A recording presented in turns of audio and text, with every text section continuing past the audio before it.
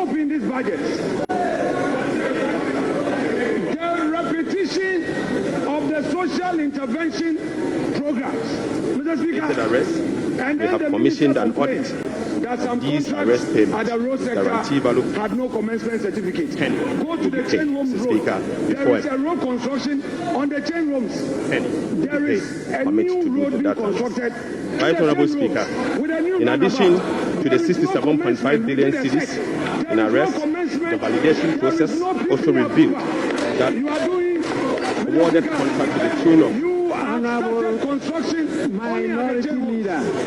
Honourable minority leader. Honourable minority leader. Honourable minority leader. Please comment.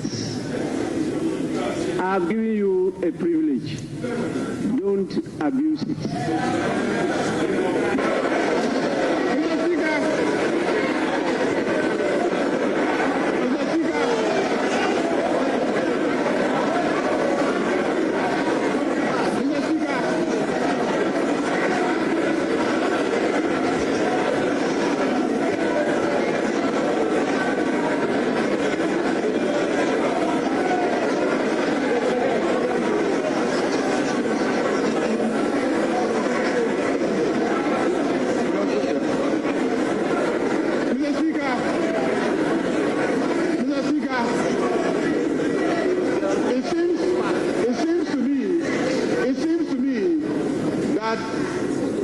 On this side have started using sanitary pads. Because the sanitary pads is for the female students. That's why I said girls. Mr. Speaker, this is a budget for school children. They will now get the set of textbooks that they need to study. And peace of mind. Mr. Speaker, this is a budget that delivers solid reforms. And this is a budget that is moving our growth from Galamsey growth to real growth. Mr. Speaker, by the time we finish implementing this budget, and by the time we finish implementing the three that will come after this one, Osunu Baya in Kitikiti. Osunu Baya in Kitikiti. Osunu in Kitikiti. To wait, Mr. Speaker, the elephant will become small. Osunu Baya Kitikiti. Majority Leader. Majority Leader, the Minister for Finance did not talk about Osunu. So, Osunu is not part of the statement. Please. Good morning, Ghana. Good morning, Africa. You're welcome to Ultimate 106.9. My name is Ronald Osei Poku. It's 56 minutes past 7. And today, the 12th of March, 2025, is a day the Lord has made. I am sure you out there, indeed, you've been good. Listening to me wherever you are, it's time for a cup of tea. I'm here to serve you the best of tea. Well, this morning, as you all know, the budget have been read yesterday. Everything about it. One will say, yes, Yakow Masika.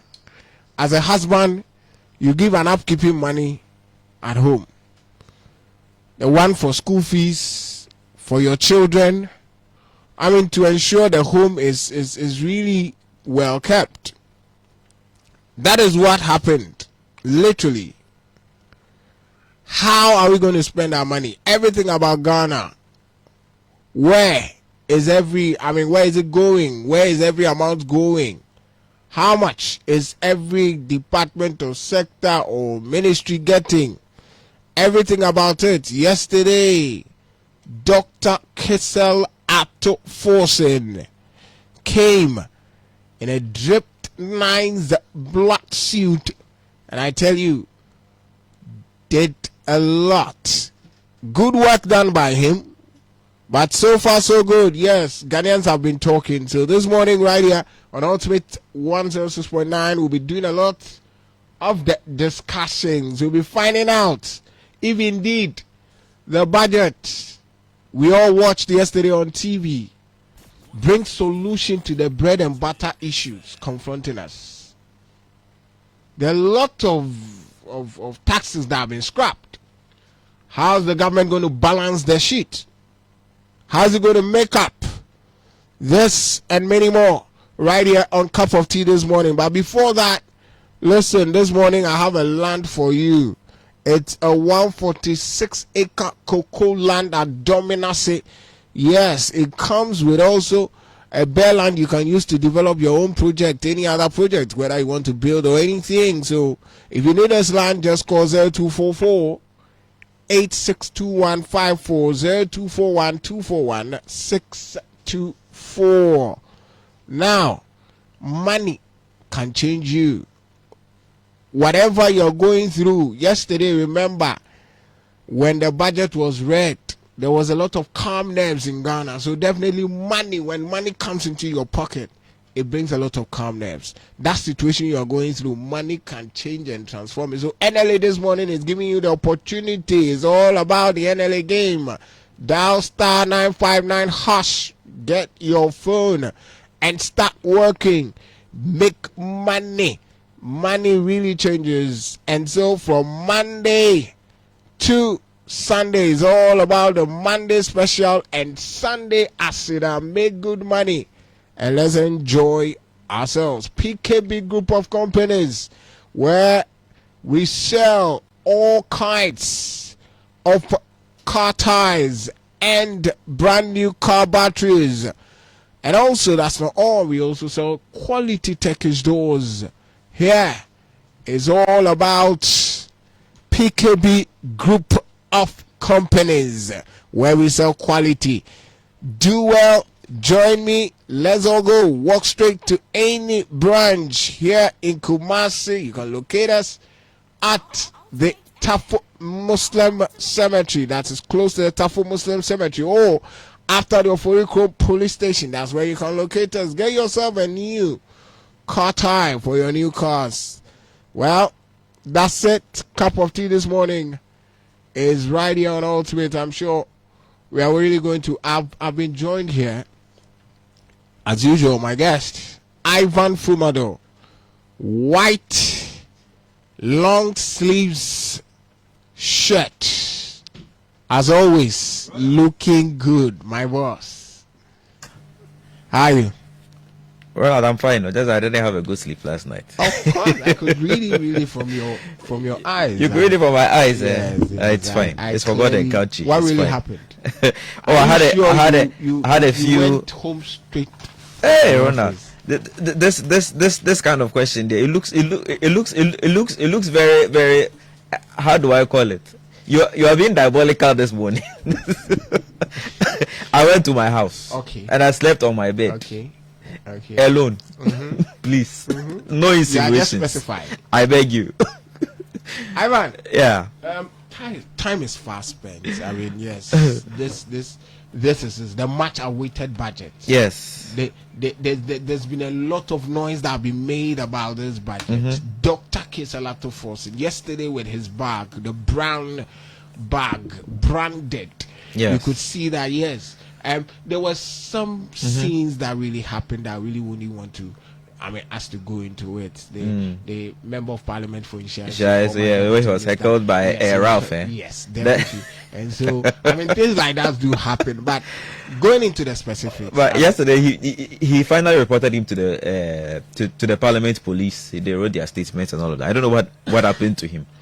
Yes, but yesterday's budget. What would be your initial take? I think that this budget was heavily social interventions reading budget. I think that's the highest degree of pumping of our finances.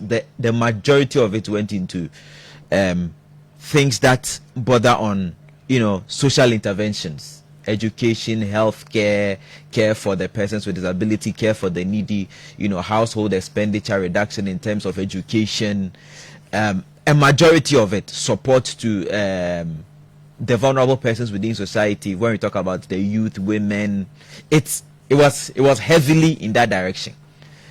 And I think it aligns with the social democratic principles of the National Democratic Congress. So you would see it's a budget that really aligned to it. And the way they named it, resetting a resetting budget, for the Ghana we want.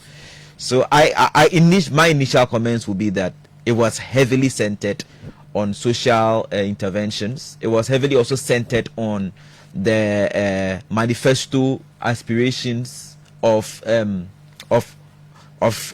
party. And then one other thing that also made it very interesting, Ronald, was the fact that the finance minister went to the public to go seek views.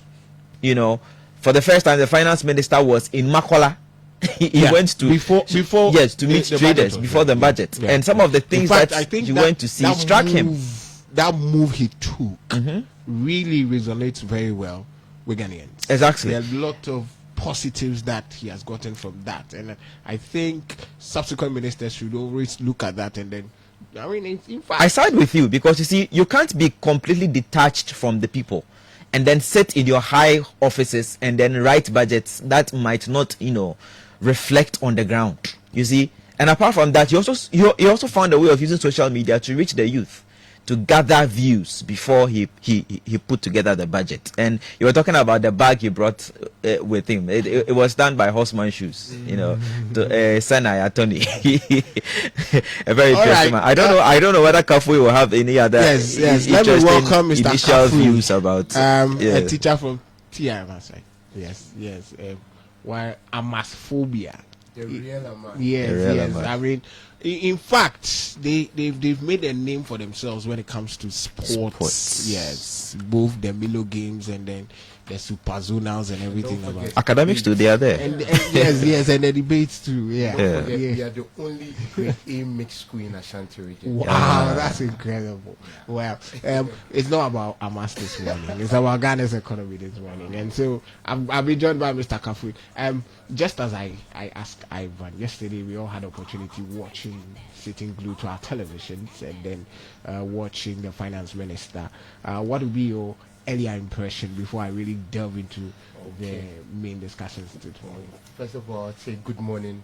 This is my first time meeting Ivan and yourself, and I must say I'm an added listener, especially of Ivan, his views on air. Wow. And so it's a privilege to meet you, sir.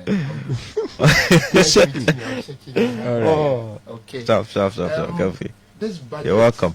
I have a lot to say about this budget, aside the things inside the budget itself. Yesterday I had the privilege, I was at the Parliament House, but because of some few things I couldn't enter the chamber. And a lot of expectations on this budget.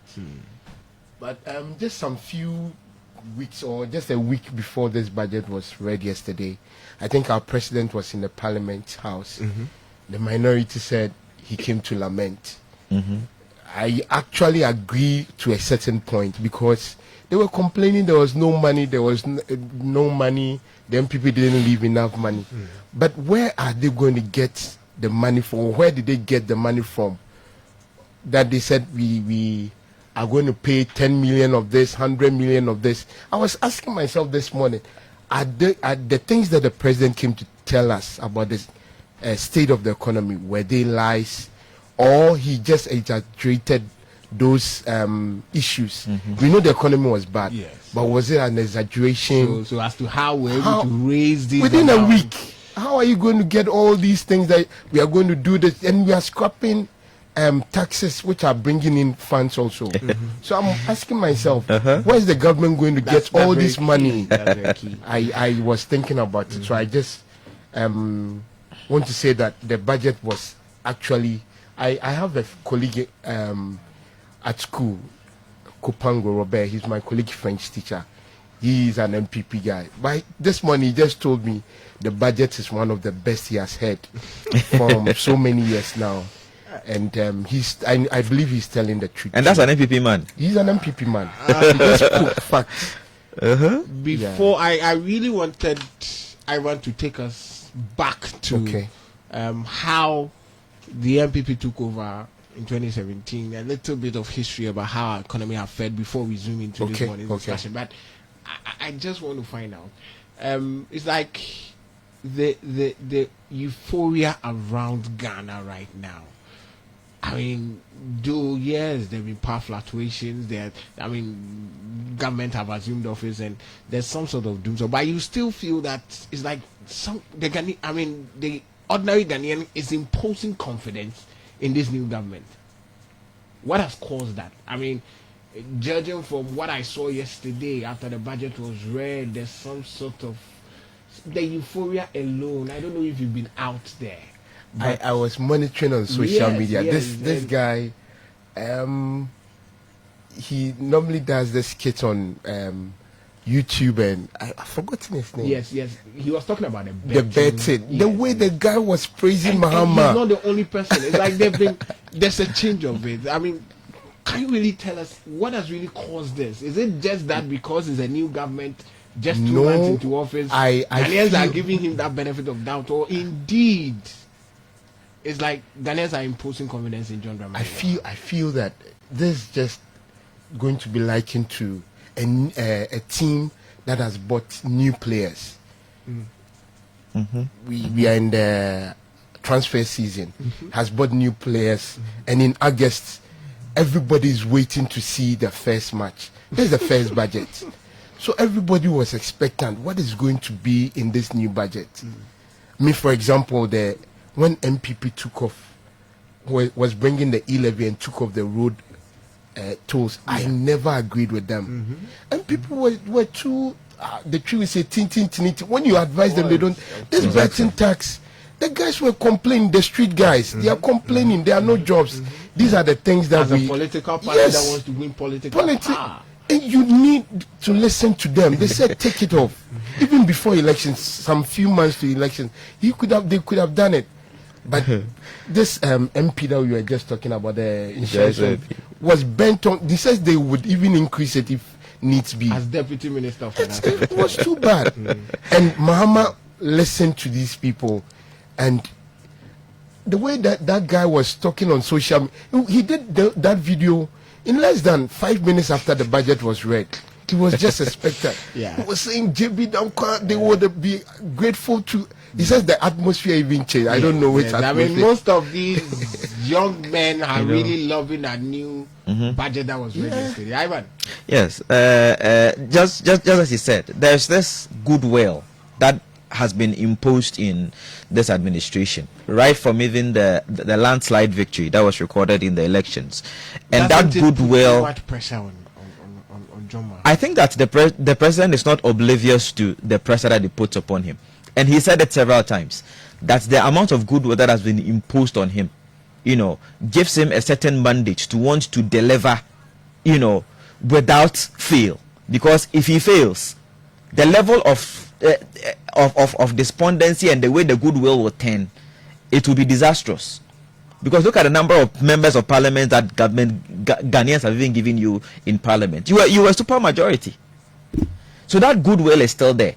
But how that goodwill translates into longevity, how you sustain it, is what they are doing now. And that's why you see a lot of can you imagine that the whole issue about teacher and nursing training allowances that everybody thought was going to be scrapped.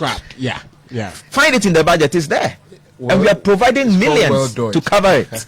You understand? So he's looking at the goodwill of the people. He's looking at the attitude, the posturing, the energy coming from the people. And that is where he's pushing in the energies.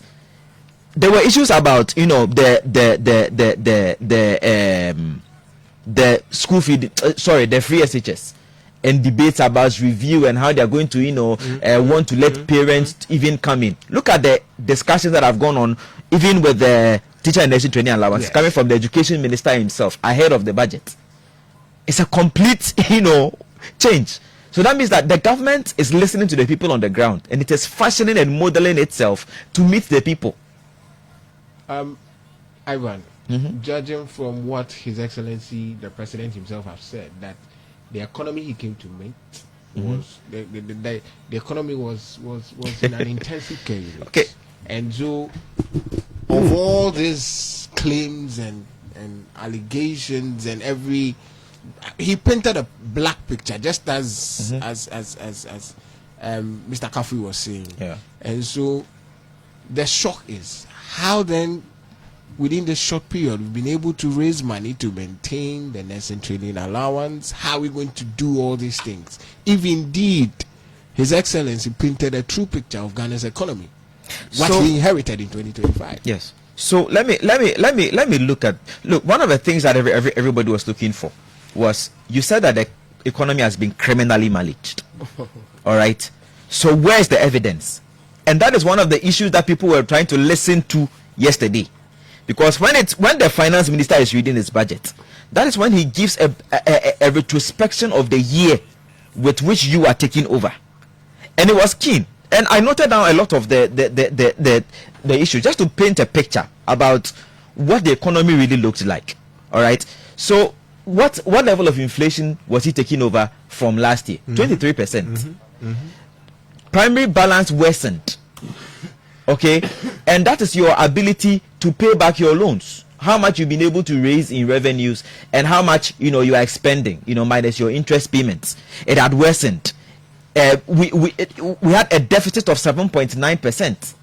Okay, and government spent 279 billion when it had projected to spend just about 219 billion. That was last year when we were still in an IMF program.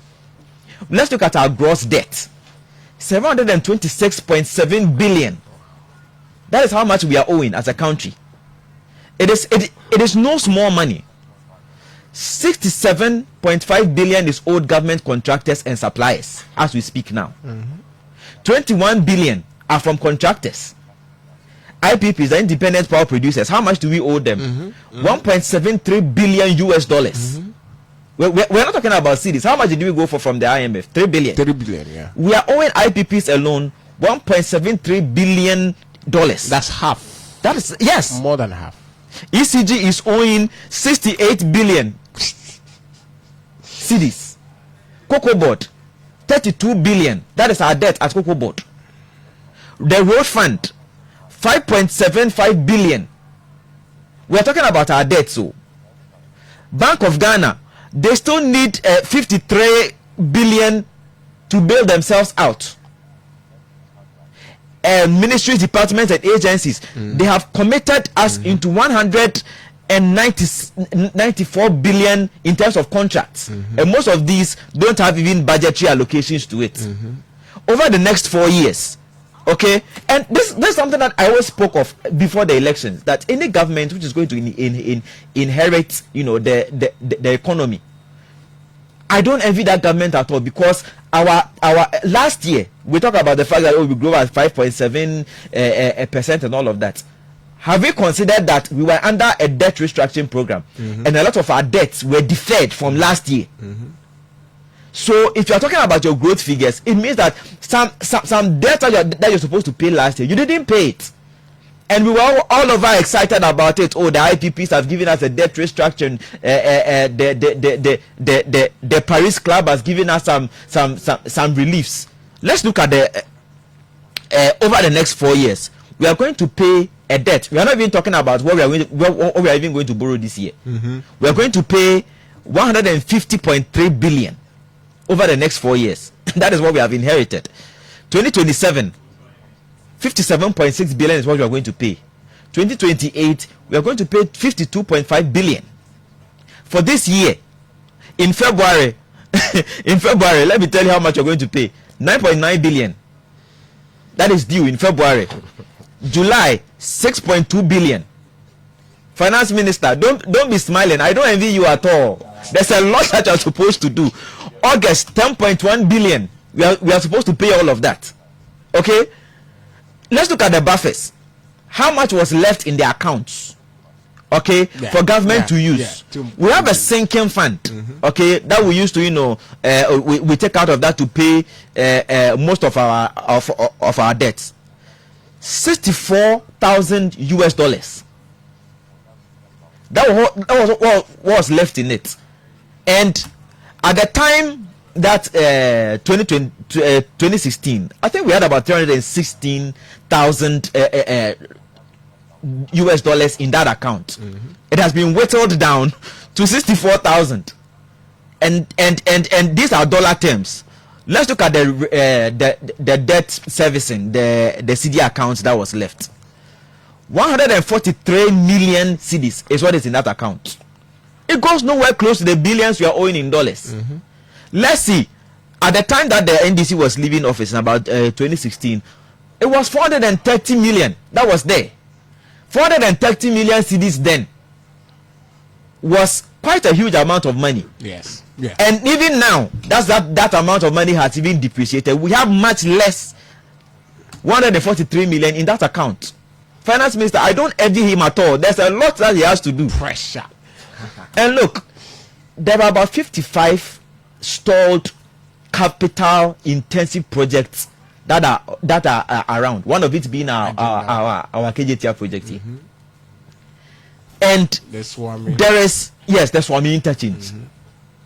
All of these projects, we're under an IMF project which has capped amount of official borrowing can make to about 250 million US dollars. I think the big push And you see, is something that would be looking at these things. yes, and you see, when it happens like that, you can't borrow too much under an IMF program. And from the projections of the finance minister, if you want to complete all these 55 projects, and we are going to borrow, and we are following the capping of the IMF, it will take the country 12 years. That's serious. That is serious.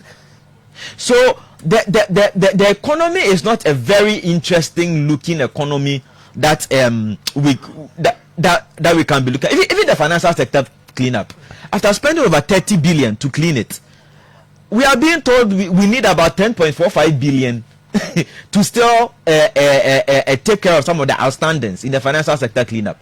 NIB and then ADB alone, they need a recapitalization of over 2.2 billion. But we are celebrating a growth of 5.7% in the country. International reserves, I mean, we did well. We have about 4 months of import cover that is available. And it's largely because of the gold for oil that we were doing. They are going to restructure that in terms of another gold board, which will make another cocoa board in the country. All right. And the currency depreciation. Last year, we went about 19% to the dollar. I think the pound was about 18%. It was only the euro that we did about 13% against it.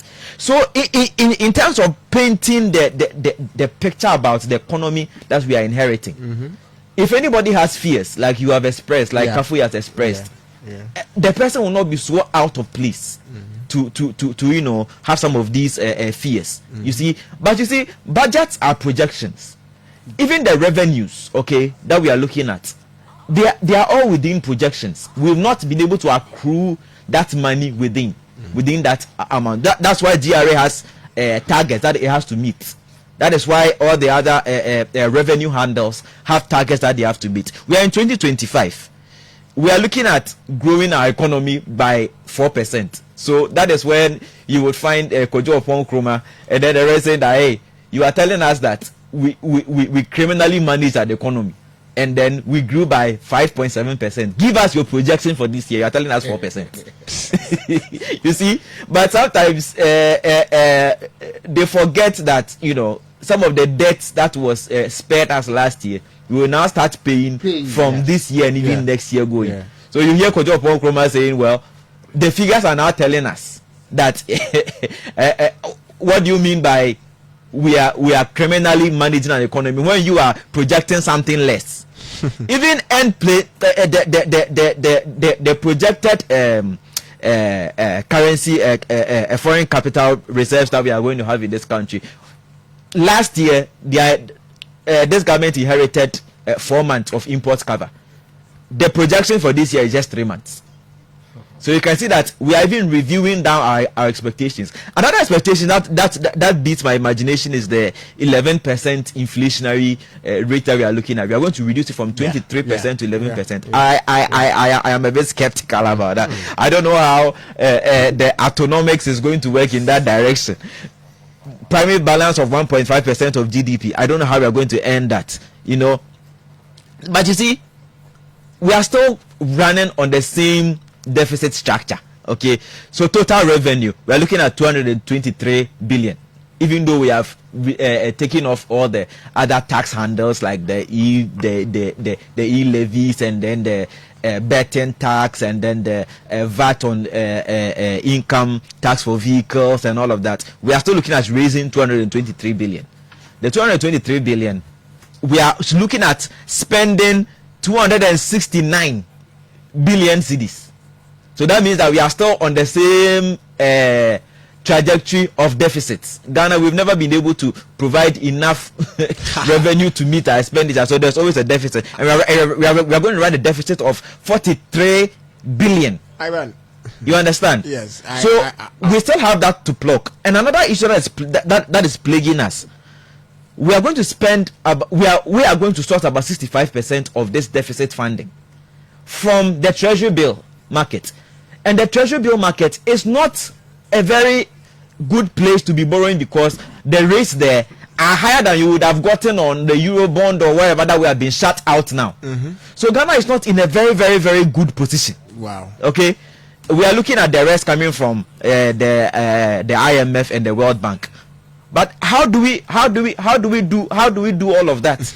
And then still we are able to raise the amount of money to go about all the beautiful things that we are talking about in the country, and that's where the big question lies. Well, this is quite gloomy. Listening to you, it's quite gloomy. But Mr. Kafui, yes, Ivan have spoken. He's giving us some. I mean, we shouldn't detailed really analysis, relax and feel so confident and be happy. In fact, looking at the picture he has painted, the NDC has a daunting task to deal with. The government is really coming in to face a lot of challenges. But yesterday we all heard whatever happened. The key things are the bread and butter issues affecting us. We all know them. The cost of living in this country. It is something that have been said. I mean, it's always high. Very, very I mean, high. there's a table that's always saying that, hey, Ghana stands out. Comparing with this compatriot in West Africa, it seems that Ghana's standard of living is quite higher. And so when you look at, the cost of living in Ghana, talking about rent, talking about food, Rent. talking about transportation, Amazing. everything about it. And then with the unemployment issues and then business growth, do we have a hope? What was read yesterday? Wow. Does it really give any positive hope? Judging from what Ivan had said, really, which is very, very alarming. Does it really solve the bread and butter issues confronting us? Yeah, I'm actually amazed and happy about the analysis my brother Ivan has made right now. It makes me scared. At least we know what it entails when you get out from the house into the market, into town. Now, if you change something, take money from your wallet, it's like the wind blows over the money and everything is gone. Yeah. It makes us scared. But Immediately you start buying something. I'm telling you. But there is hope. There is hope for the future. God is with us. Aside that, I believe that President Mahama has scrutinized his guys and given us the best that he has. Mr. Kesela Tuforsen is one of the best in the financial field. And as Ivan said, the autonomics, we are praying that it works for us. I would actually want to delve into a little bit of the education side. Yes, I was really going to come to that. Yes, please. Talking about the what he mentioned about paying of first year's admission. Amazing. That's another social intervention. Yeah. this policy of no academic fee policy and everything, the tertiary education for persons with disability and its impact on household. How do you see is really going to change? Amazing. Yes. I believe. As yesterday I was listening. I told you I couldn't enter the chamber, but I was in the visitors lobby. A lot of people were there and we were listening. What made me happy a lot is the amount of money that the government is going to push into the secondary education, not just free SHS, but the secondary education itself. When we talk about secondary, we're talking about the junior high school and the senior high school. Yesterday there was an interview that Kofi Asare, the executive director of Africa Education Watch, that he made, and he was saying that he was saying that it was unprecedented, the amount that the government is pushing into education in this budget. I felt that the noise that was made about NDC trying to scrap the free SHS stuff, because of Things this have been budget, cleared now. yes, Yes, because of things this have been cleared now. budget now, people will be okay. But me, I still have issues with free SHS. There are lots of things that need to go into it. For example, I just would come back. For example, from the junior high school, that link to the senior high school, there should be a cutoff point. The kids are not learning, and it goes down, triggered to the university level. Yes. Now they are sucking students from the universities. Yesterday, I read a news write-up where the University of Education, Winneba, had sacked some students who couldn't even make up a GPA I'm telling of you. 1.0. And that's So how did they get there? How did they pass the exams to get? It's from the foundation. And I was happy that Mr. Tufosin made mention that for the first time I'm hearing this. Me, I've taught in all the levels before. I started teaching when I was 17 years. Started teaching French. I was happy that the government is going to print textbooks for the primary kids now. They have not been textbooks for so many years now. And I'm happy that the government is pushing money into it. 145 million Ghana cedis is going to be given to capitation grant. They've increased the amount. For me, I even felt the amount wasn't It's not enough. Yes. Senior, That's if you how go I to that felt. gobe joint with that's 5 cedis, you would live there still with a half empty stomach. And they're saying it's going to be increased to 1.5 cedis or 1 cedi 50 pesos. Yes. 2 cedis. Look at that. What can you buy with 2 cedis? Pure water 4 pe. Then it's gone. 2 cedis. That gobe seller will sack you. It can't buy anything. It can't buy anything, but Charlie, it means that what they were taking previously was a no. But the educational reforms that are coming probably maybe would address some of these issues. I think it should. And It one should. key thing talking about the cutoff point, because Yeah. I've always said that when we were entering senior high school way back 2006 2007, if you get, aggregate 6 in any of the core subjects, you are never going to enter any senior high school. And even with that, Yeah, there was aggregate no 6, yeah. opportunity for you to write any. You That have to is go it. back to Back- either JSS yeah, or JSS yeah, 2 and yeah, resit for it. yeah. And so, that means if you get aggregate 36, you are never going to get a chance into any secondary school. Can you- Anybody can just call and There's prove this, you wrong. That is it. But I don't know, because there was a turnaround free senior high school, everybody was given that chance, because it is taxpayers' money we are investing. it. And so definitely I agree That with is you it. that we must ensure that there Cut-off should be point. there should be a cutoff There's point this, for everybody. um, And even for me, don't you agree that there are some parts of the free senior high school that should be paid by? I would have come to that too, because someone as experienced that as a former finance minister under the NDC government, he made a comment that he feels some parents should be allowed to pay the free SHS. I still don't understand why we are all parents, our kids are in school, and because my kid is in why should some people enjoy day and others enjoy boarding facilities, and they are going to enjoy 3 square meals a day, and my kid there are some certain things they for need me, to look at. I boarding school I mean, the cost involved. There are a lot of noise that are being made that people that would go to the boarding school should be made to pay, and I totally agree with that. Yeah. Yes, as a teacher, I don't know, but Yeah. I think that there's something that should be done. But what of the free admissions that will be paid in the university level?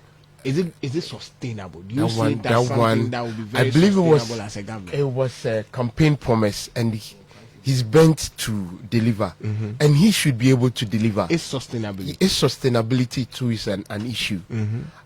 I don't think that any parent has come to complain that I'm not able to pay my fees for my works at the university. No parent, and even that fee He's paying for first years. they are talking about, it's questionable. Which kind of fee? Is it academic fees? Yes, Or is you it said the hostel academic fee? user fee, not the hostel fee. That one is not any big amount, Biao. It's not big amount, but looking at the It's not number going to make of any government difference. It's not public going to make any investors. difference in the And so, parents. okay, Yeah. looking at the number of public investors, the number of first year students, and don't you even think it is going to have a detrimental effect on private institutions? That one too, it's a factor. Let's look if at you are all paying that. for the government, why can't you also do the same? Because we are all with Ghanaians. with the inception of free senior high school, Yeah. most of these private schools Yeah. suffered a lot. Yeah. And so, I mean, we should really have. I've not a even looked at close- it at that point. Aha, we Yeah, should have a yeah. close look at that to see if indeed these policies and interventions we are doing, because just as Ivan said, as a social democrat, yes, you come in with a lot of interventions, but let's see to it that it really doesn't come in to affect other departments, Private, because yeah. the effect is so big yeah, that yeah. if the private sector is not able to get students, it will affect the number of lecturers it's going to employ. It's true. It's true. It's going to put a lot of The people out rippling of effect jobs. that comes. Yeah. Ronald, I don't think that this is the first time that private institutions have been discriminated against when it comes to Education. education. But do we look at the alarming effect? Well, the alarming effect that you talk about, it's an alarming effect that they are looking at it from the issue of from the point of view of ability to pay. All right, when you in the private university, you are paying 6,000 cedis, you know, to attain education. The public university is actually offering you somewhere within 2,000 cedis, and you're able to afford that. So they have always seen the private universities as having a certain level of taste and a certain level of people that they attract into their system, and they feel that the public system is a place where government subsidies can go into. If the public is served, But we are all if the Ghanaians. public, no, it doesn't. We all pay taxes. Yes, you all pay taxes, but you see, it was a choice you made to want to, you know, have private education for yourself. There was a public university, and the government obligation in every jurisdiction, it is towards the public sector before private comes in. The private man is seen as a profit-making institution, and the private sector is seen, and the public sector is normally seen in the light of providing a public good. So if there are subsidies that come in that direction, it goes there. So it is the private sector's ability to lobby, you know, that is able to get some of the government subsidies and government interventions coming towards them. But it doesn't become an obligation on the state to, you know, want to send some of these. But you see, I would agree with you on the point that education is also a social good. If it is commoditized privately, then it becomes a bit of a cutoff for so many people. That is it. Then the government will also tell you that I've also made provision for you to come to my end. So make sure that you meet the criteria and come in so that I take care of you. Otherwise, then you would have to pay for. And you see, there are people who Now, intentionally without the private universities. without the private institutions involving themselves in these educational things, I mean, it would have been very problematic for government The alone government would have to, suffered. Yeah. to just. So you see, it's look, the public universities. Do you know now what they are doing? At first, when the cutoff is done, you find a lot of people who wanted to get in who were not able to get in the universities. Now they are opening it up. Some grades that are entering universities now never used to enter at a certain point. Yeah. The competition is increasing. They are increasing their spaces, and they are getting more people in there. So they are giving a lot of tough pressure to the private universities. So it's a game of competition and a game of choices and a game of preferences for government expenditure. Mm-hmm. So if they are rationalizing expenditure, you would expect that they will look at the public sector first, because that is what holds the huge numbers before they start looking at the private sector. But even if you look at the free SHS, it's this government which has promised to extend SIM to private institutions. Yes. Because they must also exist. So I was coming to that yes. with the intentions of paying, including private schools, and then paying the admission fees of first years. Is it going to be something that we do just this year, or probably maybe it's something that's sustainable? It's a manifesto promise, and they have to sustain it. How are we going to do it? Well, they've provided how they are going to do it. On capping the Get Fund, releasing some amount of money. That's where they told us in the budget. That's where they told us in the manifesto that's where we were going to get the money from. They costed it, they made provision for it, and they released the money, about 290 million. But let's all be realistic with ourselves. This country as we are in now, do we really need so much social interventions to ensure? Looking at our economy so far, the social interventions, free senior high school, free health, are supposed to be needs tested, okay, and then properly targeted. So do they really do the needs assessment? Yes, the needs assessment is not well done, because so that is where we are failing. So if you say that we don't need social intervention, I'm not saying we don't need it. Do we really need much of it?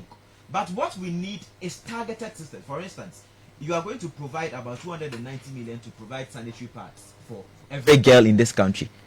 Will you send the girls? Will you send the pads to Rich School, or say a New Mission, or say where Innas Hybrid? They don't need them. That you are going there to go and give the girls their sanitary pads.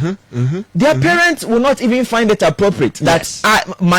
I should sit at home and then expect that when my daughter is in her period, government should bring the sanitary pad for her to use it. There are so many parents. So that is where we have to find a certain way of needs testing. We did a Ghana card in this country, and we took all manner of details.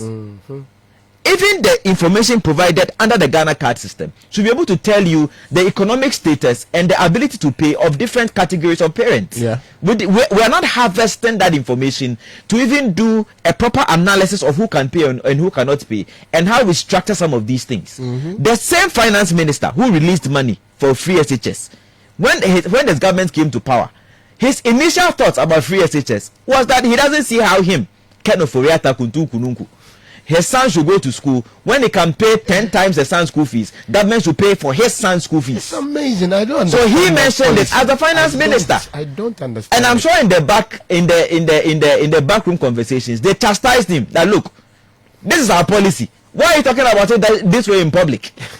What do you mean? So he had to now stop giving all those assertions and now start praising the policy. You see, so what we have failed to do is to do the needs testing and then put in the right measures, okay, that would prevent the politician from monopolizing and being corrupt about the system in such a way that you have to pay something, or you have to be a card-bearing member of a party, or you have to meet something before you are put on the list of persons who need the scholarships to go through the senior high school or to go through first-year fee subsidy system in the university. That is where we are failing. But for social interventions, we need it. How many girls in the rural areas, especially, are absenting themselves from schools because they don't have sanitary pads? There are many. So that means that they need it. The target should be up. They need it. But we haven't done scenario analysis. We haven't done targeting. We haven't done the needs testing. But we provided money to be used to pay to provide for all girls. There's a lot of planning. All is a problem over there. There's a lot of planning. There's a level of thinking that needs to go around it in such a way that we don't look. The bar president was talking about the fact that he doesn't see why money, which is supposed to be meant for taking care of the poor in society, to be used to be catering for his son when his son is in senior high school. When he is a bar president and he has the financial wherewithal to pay for his son's school fees, he feels that he's actually spending the money that is supposed to make somebody's life better. Somebody who is struggling, somebody who is suffering. and you are giving it to his son, and he feels a bit aggrieved about it. That why should he be taking the bread of the poor when he has several bands of loaves in his house? I think the previous MPP government, that is where they missed the line as to whether. I feel it was rushed. This policy was rushed. The free senior it was really rushed. Because it was a campaign promise he needed to deliver, and they hesitated on that. And there are a lot of taxes that have been scrapped. Yesterday, I'm sure the boys, just as we were all saying, could meet yes, that's the right name. Mr. Kafu had just gotten the name right. There are a lot of the boys amazing. That were happy. The taxes, the betting tax, the e-levy. I mean, there are some. It's not even taxes. Only guys. So there are a lot of ladies who are into betting now. Yes. And so, I mean, most of these taxes were generating some funds, big funds, and so it is really going to create a loophole. So how do government plan to generate revenue, knowing very well that I used to get about 5,000 out of this. The 5,000 will be going. How do we cover up that? I learned what it's around 64 million Ghana cedis or something. Yes, that the government that makes e-levy alone. Yesterday we were on our way when I was coming. E-levy provides 1.8 billion. Okay. Yes.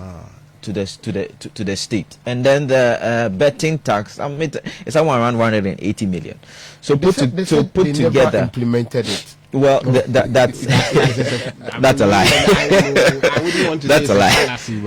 It's a lie. That man needs to come and apologize to Ghanaians. What in her face and lying? Yes. What happened was that there are different institutions that administer gaming and then lottery in this country. Okay. The gaming commission, right? They take care of the betting and then the rest. And then the National Lottery Authority takes care of the lotteries and all of that. The ones that you enter a rifle, some numbers and all of that. Okay. Under the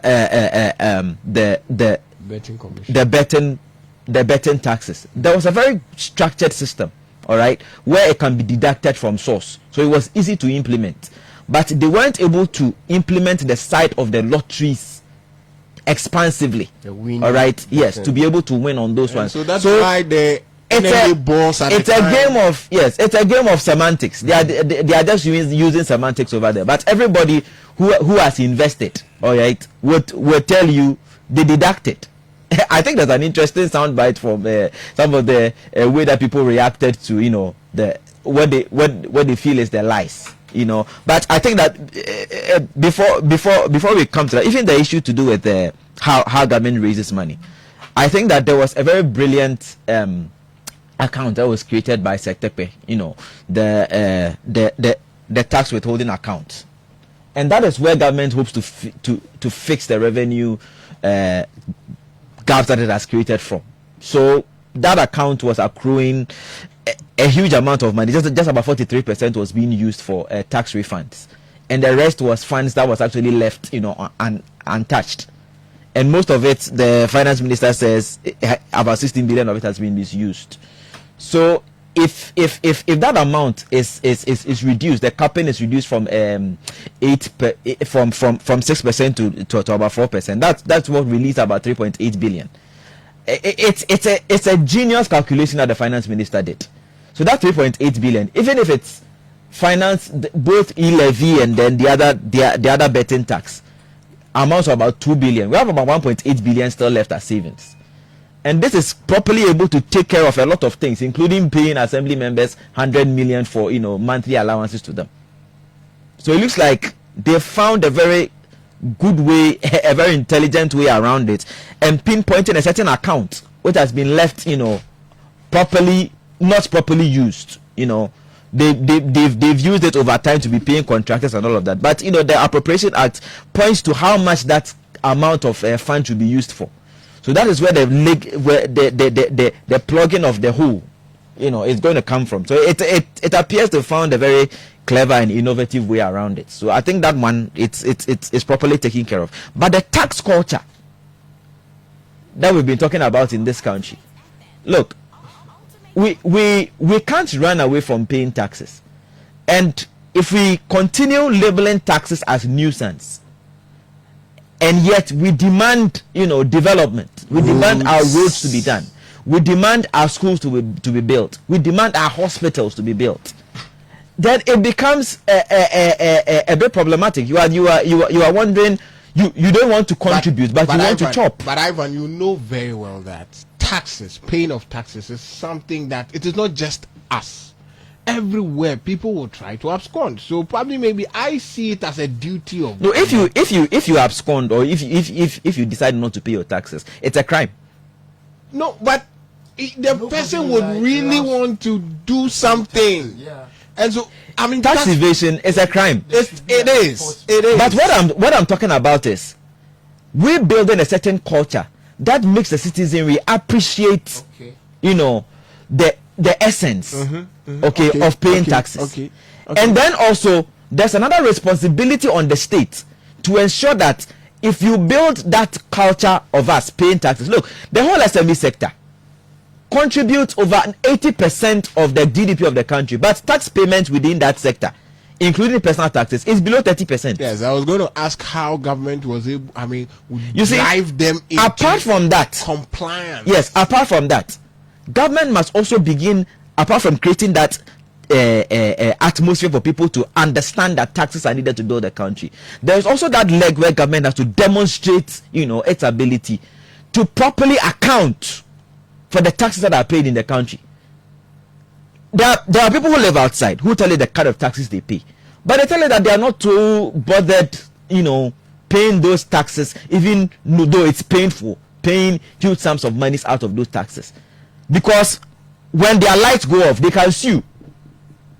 They don't expect their taps to not run without prior notice. When they get out of their houses, they expect to be plying on smooth roads, tarred roads, to the extent that if they bump in any pothole which has not been priorly put there or notices put there, they can sue. This country, who are you going to sue for your bad roads? If they put off your lights, who cares? If water doesn't flow, who cares? If you call the ambulance service and then the ambulance service delays, who are you going to speak to? Fire service, how many fire tenders do they have? That's when you call them, you are expecting them in the next 2 minutes. They will try and come, but if they don't make it and it's because of challenges within there, how much taxes have you paid? So if we start labeling everything nuisance tax, then you create a certain notion in the minds of people that taxes are not even supposed to be paid. They are nuisance. They are. But how do we go about it in building a proper and strong tax-paying culture amongst the citizenry? All right, we've done a certain point where our tax identification numbers are now the same as our Ghana card numbers. Now the Ghana Revenue Authority knows a lot more people who are eligible to pay tax. How was that translated into revenues? Revenue generation. Look, when the mason comes to your house, when he finishes working, you pay him some money. It goes to his pocket straight. Nothing goes to the state. But that is revenue, that is income. And he has to pay something to the state. How do we regulate that? Carpenters, painters, tilers, people in the informal sector. There is so much money running in the system in terms of revenues and incomes. How much? But if Mr. Kafui goes to earn his salary, it will be deducted from source before it hits his account. And when they are adding more taxes, they will come to the same Kafui to pay more. Yes. And even when they come to work for you, the charges they give you. But Ivan, the drivers you spoke about, there are a lot of ways government gets money from them in renewing your license, the income taxes and everything. Yeah, that's why I didn't really mention drivers. I think, but you see, when you even look at we can also have something like providing license for them. So if you don't really have those licenses, you can't work. Yeah. And so through that, you have to renew, probably maybe a year. So through that channel, we can make money from them. Because without that, definitely when he comes to work for me and he's charging, I have to pay by cash. He will tell you, hey, pay by cash. Even if you want to pay mobile money, he will tell you, no, give me the money by cash. Yeah. And so I think there's a way we can go about it. There should be ways around it. And even people who give contracts to them, how do you account for those contracts? How much did you expend on it? That should be telling us an indication of who should be paying what. should they be withholding the taxes and paying to the state? But you see, there's always a connivance in there, because if then you are going to charge the taxes, and you say, well, then I'm passing it on to you. Add it up. I mean, we have 10 minutes. So I think let me come to you, Mr. Kapi, Yes, and please. then the road tools. Yeah, Just before I come to that, there was something I left out in the education thing. 500 million Ghana cedis is going to be meant for the textbooks for the kids. One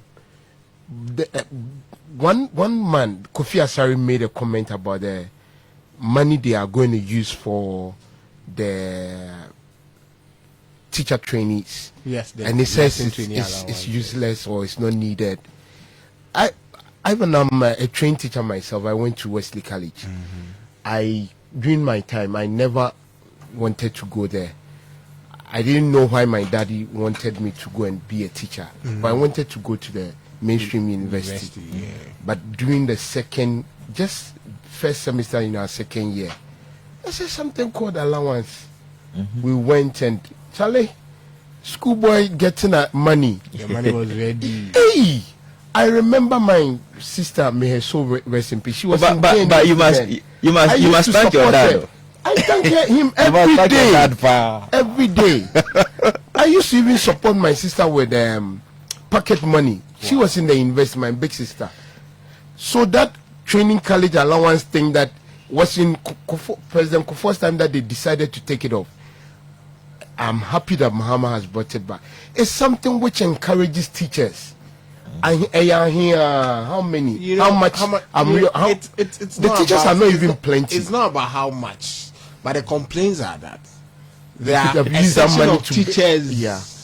at the university level. Okay, they don't get any allowance. They don't The wear training colleges. They don't have wear been elevated- uniforms. The training colleges have been elevated to the status of colleges of education. Those university students, they don't wear uniforms. Oh, no, but They don't scrub the bathhouse. We were scrubbing bathhouse. Don't worry, we wear uniforms and scarves, so you bring It's that some something of the no money. feel to just encourage us to learn well. But let's be honest with ourselves. Yes, please. Okay, those allowances were a means to entice students to come It's into true. the training It's college, true. because at the time people were not willing, just as you gave yourself as an example. I wasn't willing But to go. today, there's a lot of pressure. People pay bribes. But Go there. even as we went to normal universities and the rest, we raise now carry that we'll go and do education some. No, that place, There are a lot of university the graduates that are out of discipline US to that go you are back. going to We are experience going there. back to do education. You come out as a reformed, proper So human that being. means those no. But Mr. Let Kafu, me we tell you used my to go through the like, universities. I used to we also go I through used that to sweep discipline. a distance of about 400 kilometers every morning Don't worry, we are also from in the our girls' hostels. We dormitory to sweep. assembly hall. We sweep our hostels. And if I take money for this sweeping every month, and you are saying we should scrap it, it wasn't fair. Mr. Kafu, let's be honest with us. Yes, please. Why would you? I mean, I would prefer That they use it for loans, that student government loans. should take away, scrap away the allowance, and then you, the teacher, give you incentives when you are accept postings to local or villages where probably maybe it will be This difficult money to get. encourage us to learn. Oh. You should get accommodations and all that. Eh, So that money should be channeled into that. Incentive burn a chance. Ube school will post in the whole channel. Charlie. Incentive burn a chance. There's another key issue raised by Incentive burn a chance. Ube not And you are searching for you are jobs. seeking for jobs. But You'll the be going problem around is with that your CV. 50%, 60% certainty. So we here you might. You'll be going around with your CV. It's amazing. Struggling for a job. It's amazing. But You with know the that at teacher least your training, 3,000 you are BCI. assured of a job. And yet still you take money. Teachers are It's like there. we are begging you to go to school. It's amazing. It's amazing. Now let's come back to the taxes. 5 taxes were scrapped yesterday. Yes. That Ivan was saying that I don't know who named that nuisance taxes. It's the opposition, I think. Yes, that nuisance tax tag actually started from the NPP. It's amazing. Yes, so NPP for nuisance taxes. So taxes. 10% withholding tax on lottery winnings. That's the betting tax. the 1% electronic transfer levy, e-levy, the emission levy on industries and vehicles, the VAT on motor vehicle insurance policies, and the last one, the 1.5 withholding tax on unprocessed gold winnings by small-scale miners. All these things were eliminated yesterday. But I feel that this is money coming back to the Ghanaian or the taxpayers' pocket. What are they going to do to create a system that will bring back money? There was one just 2 weeks before the budget was read. I called one big man I wanted someone to channel an information to the presidency. There should be something that we call sanitation tax. That's my mind.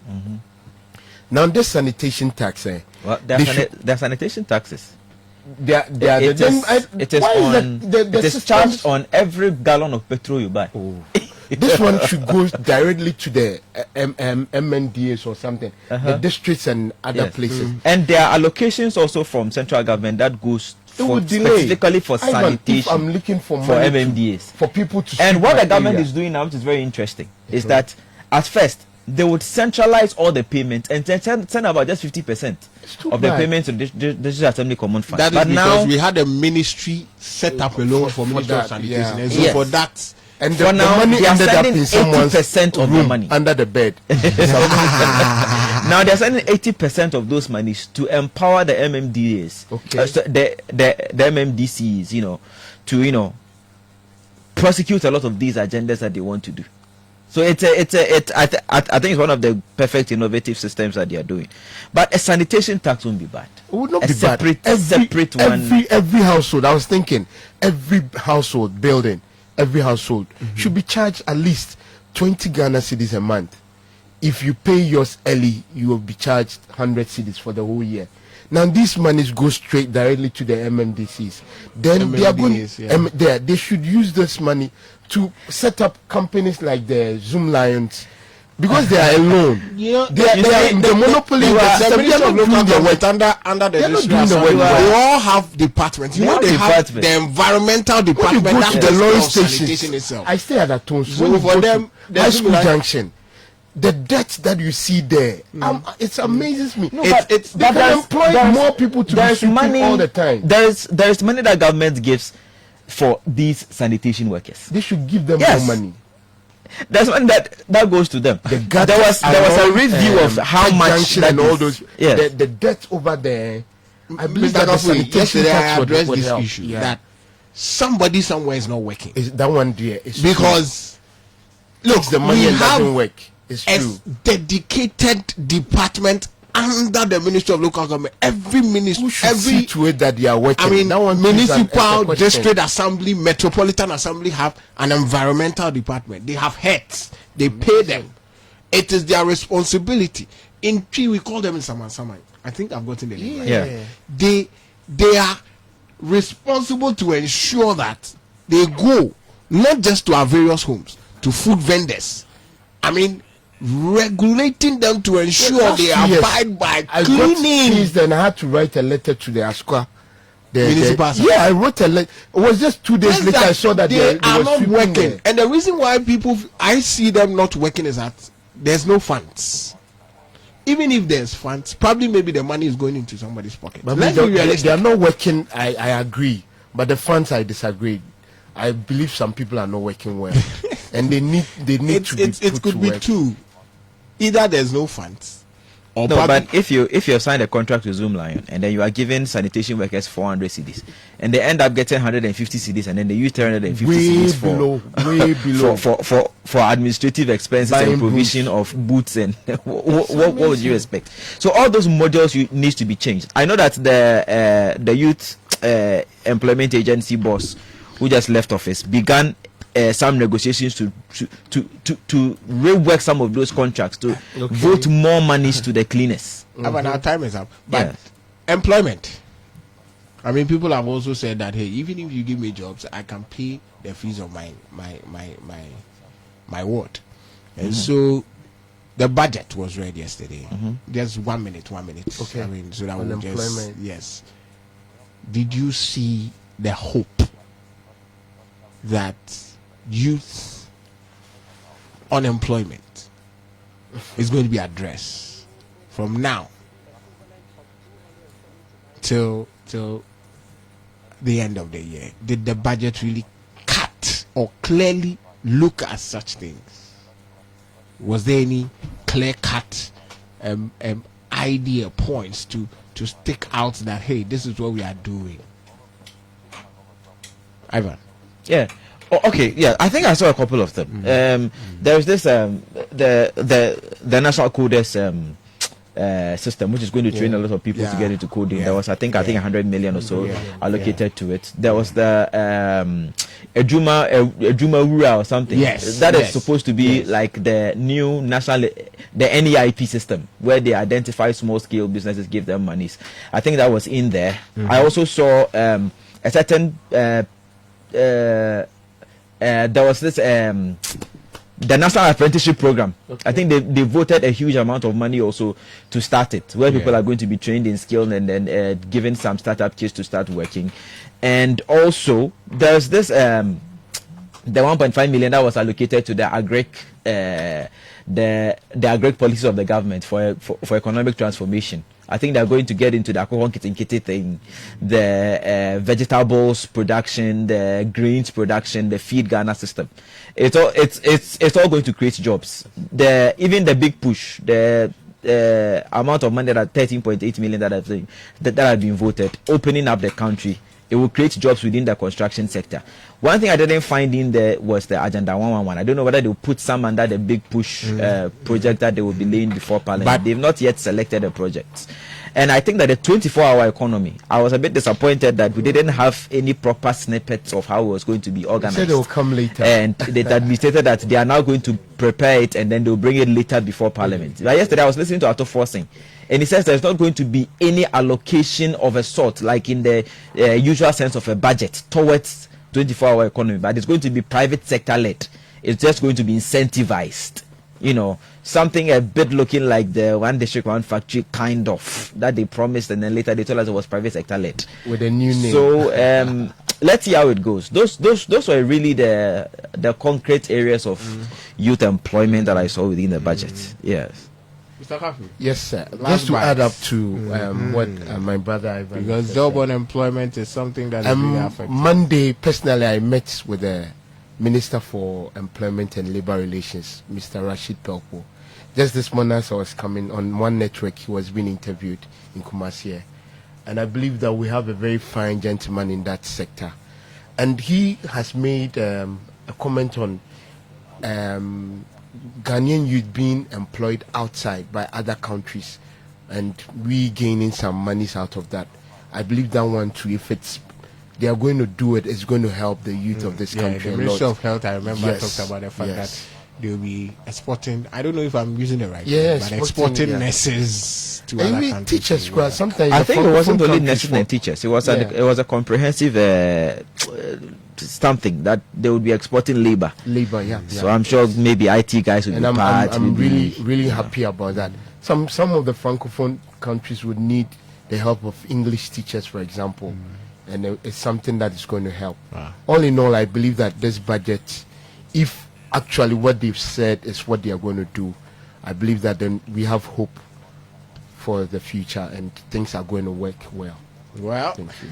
Yeah, it's been very interrogative, so educative this morning. I'm sure you out there, you enjoyed every bit of this morning's discussion. A very big thank you to Ivan Fumado and Mr. Kafui, a French teacher with TIMAS, right? Yes, and so he joined the discussion. Both of them made this whole interrogation and discussion so interesting. I really love every bit of it, and I'm sure you at home, you enjoyed every bit of it. Yes, Ghana, this is it. So far, so good. From now till November, where we'll have, is it the mini budget, right? Which one? No, there'll be a mid-year budget review, normally around July, August, that way. But now that we've read the budget around this time, I'm sure it will push a bit further. Then the November proper is going to be when we will read the 2026 budget. Okay. Yes. So until then, we know how we're going to go about it. And so let's pray that things go our way. I know very well that the boys are very happy. Yes, the betting tax is off. We are all waiting to ensure that things really work and go in our way. Ghana is for all of us. And so as to how Ghana will progress, definitely everything is good. But let's all pray that this government succeed. In the country, people will not be so addicted to betting. It's true. Yes, because it's not everybody who bets that makes it. A lot of people bet and then they lose everything. They lose a lot of their investments. So it's not such a sustainable way of building a country that your youth. I mean, the best thing that your youth are excited about are betting. I mean, can you imagine? What kind of a country do you want to build? And so that is why the MPP government felt that to take the spirit of betting out of them, then let's. They weren't going to take the spirit of betting out of anybody. They were just seeing it as a way of also making money. Well, we'll continue this discussion some other time. I think time is fast spent. We'll be crossing over back to Accra. But before that, let me just say that today is Reverend Michaela's birthday. Happy birthday to you, Reverend Michaela.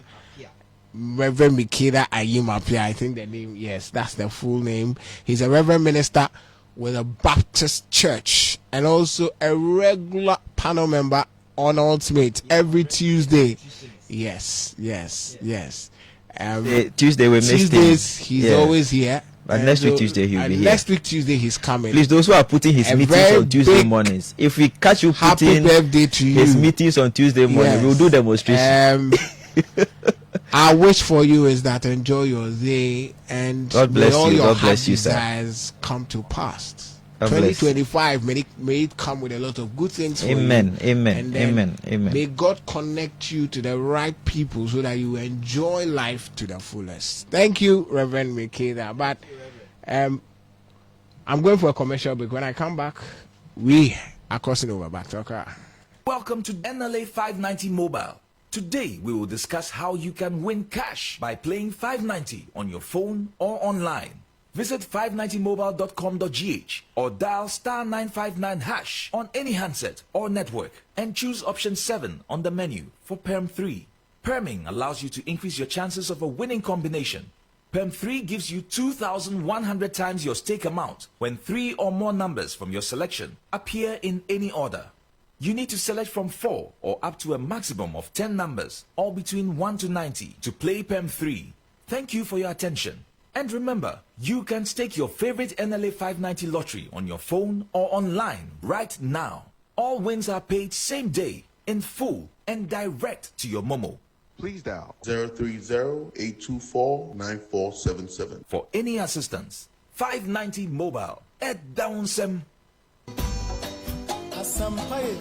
Mfie aduanan baako nie ena kuma Women Rural Bank agina ne naso atoto ankrankre ene akuakuo sika ama enigi abafie yen dwumadi ahodo bi etese savings account, current account, golden susu account ene mebadache account eyen hyehyɛ ahodo a yedi gu akwan mu ama wo sika sem agina brane wohia bosia de adi dwuma bi brakuma Women Rural Bank every say ye wo susu loan, business loans, import loans, group loans wo sumi adwumayefo nso so ye wo salary loans a ye de beboa wo ebraso se wo sika sem gina yie eno nti hwehwe ye kira kwan e wo bom so ahensan amakom asafo kejetia tafo alaba ene adakoja ache ya san so wo afijase kumawu banko bodomase ene brobon so ya pese ye te woni nti e ya afre yen e wo 0501340083 ana 0202028337 Kumawu Rural Bank, the listening bank.